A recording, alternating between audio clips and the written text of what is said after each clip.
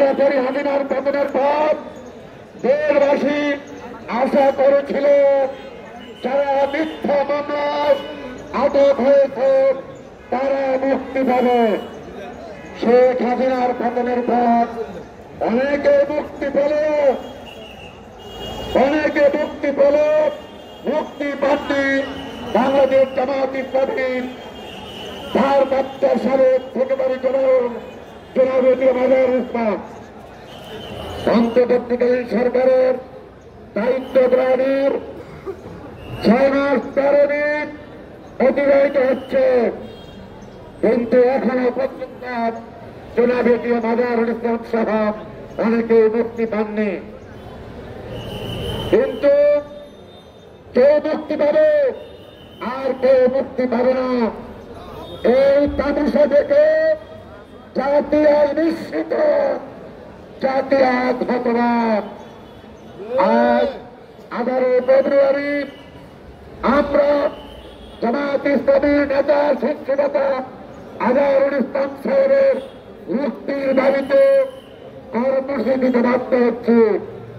আওয়ামী লীগ সরকার 2011 সালে 19 সেপ্টেম্বর জামায়াত ইসলামী দলীয় কার্যালয় থেকে তখনকার ভারপ্রাপ্ত সেক্রেটারি জেনারেলকে গ্রেপ্তার করে কারাগারে নিক্ষেপ করে রিমান্ডের পর রিমান্ড দিয়ে তার উপর শারীরিক এবং মানসিক নির্যাতন চালানো হয়। উচ্চ আদালতের নির্দেশে 2012 সালে তিনি জামিনে মুক্তি পেল। তাকে বাসায় রেখে বাসার চতুর্দিকে পুলিশ মোতায়েন করে রাখা হয়।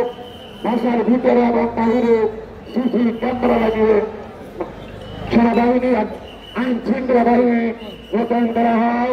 তার পরিবার পরিজন আত্মীয় স্বজন দলীয় কোন নেতা কর্মীদের সাক্ষাৎ করতে দেওয়া হয়নি। আওয়ামী লীগ সরকার এরপরে আন্তর্জাতিক অপরাধ ট্রাইব্যুনালে মামলা করে আবার বাসা থেকে গ্রেপ্তার করে নিয়ে যান।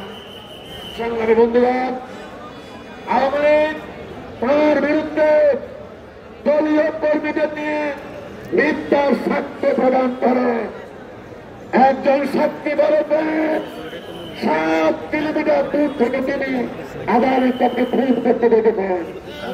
আর একজন সাক্ষী বলেন 3 কিলোমিটার দূর থেকে আদার ভাইকে ফোন করতে দেখেছেন।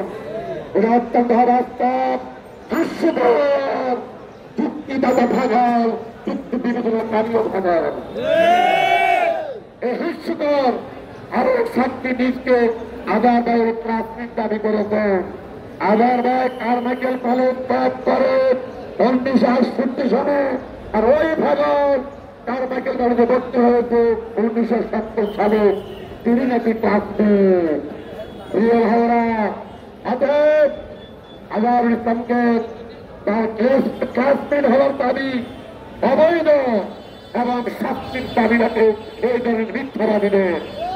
এই ধরনের মিথ্যার সাক্ষীর উপর ভর করে এটিএম আজহারুল ইসলাম সাহেবকে মৃত্যুদণ্ড দেওয়া হয়। আজহারুল ইসলাম সাহেবের বিচার পাওয়ার আশায় ট্রাইব্যুনালের বিচারের বিরুদ্ধে অ্যাপিল করেন। অ্যাপিলে 4 জন বিচারপতির মধ্যে 3 জন আওয়ামী মার্কা বিচারপতি আজহারুল ইসলাম সাহেবের বিরুদ্ধে রায় দেন। একজন অন্য 3 জনের রায়ের বিরুদ্ধে বিবাদ প্রকাশ করে সব মামলা থেকে অভিযুক্তকে তাকে খালাস প্রদান করেন। প্রিয় ভাইরা, 2024 সালে গণঅভ্যুত্থান বরাবর সরকারি হাসিনার পতন করে দেশ থেকে পালিয়ে যায়, দেশ সরকার মুক্ত হয়। রাজনীতি মিথ্যা মামলায় ব্রিটিশ সরকারের গ্রেপ্তারকৃত অনেক নেতা মুক্তি পান। আমি সকলের নাম বলতে চাই না, জাতি সকলের নাম জানেন। রাষ্ট্রপতির নির্বাহী আদেশে তাৎক্ষণিক কয়েকজনের মুক্তি প্রদান করেন। এই সময় গোটা দেশবাসী আশা করেছিল জনাব এটিএম আজহারুল ইসলাম মুক্তি লাভ করবেন, কিন্তু আজ 6 মাস 13 দিনও তিনি মুক্তি পাননি। জামাত শাসন আমলে নির্যাতনের শিকার হয়েছে। আর স্বৈরাচার মুক্ত বাংলাদেশ আমরা পেয়েছি। এখানেও আমাদের বিরুদ্ধে স্বৈরাচারদের দোষকদের বৈষম্য নীতি অবলম্বন করা হচ্ছে। রাষ্ট্রীয় শাসন আমলে সারা বিশ্বে এই বিচার ছিল বিতর্কিত।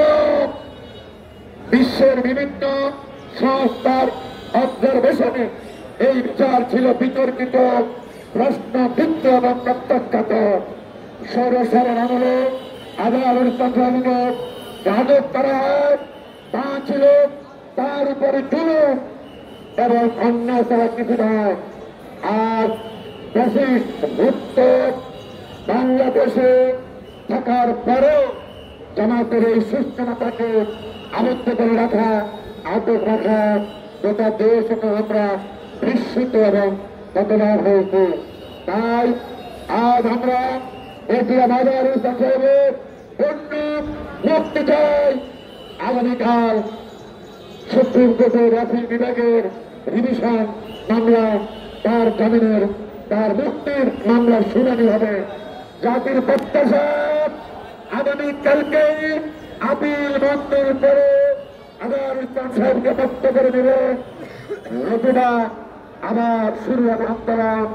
চলো চলো ঢাকা চলো, আবার ভাইকে মুক্ত করে, এই প্রত্যাশা ব্যক্ত করে আমরা এখন মিছিল শুরু করছি।